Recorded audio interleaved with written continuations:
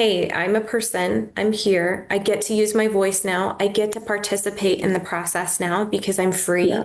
And why not? Why not?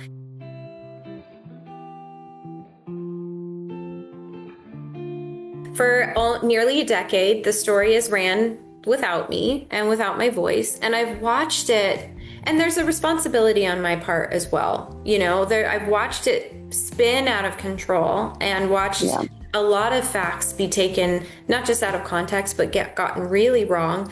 And because I didn't speak up, because I didn't have a Yeah. voice, and watching all these stories run without me, the only way to meet it is to be head on and be transparent and continue putting myself out there, And now I'm working with Tim's story, and I'm working on rebuilding my life, and I'm working on continuing to try and take this mess and make some kind of a message out of it, if that's even possible. Because I've had some really bad interviews. They all haven't been good.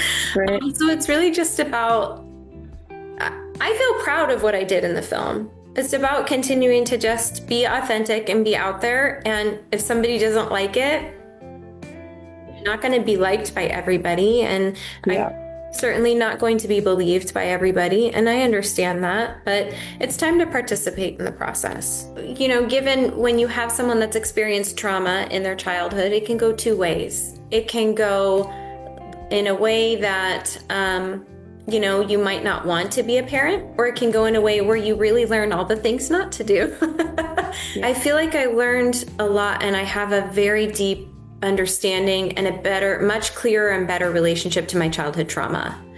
And so that gives me this foundation of how to emotionally support my children. I taught them growing up a lot about emotional intelligence, which is not something that I necessarily had growing up as a child. And I really immersed my kids a lot in learning about emotional intelligence. And so I feel like it's been a cornerstone of my parenting. I learned a lot from my childhood of what I knew was deeply traumatizing. And Yeah.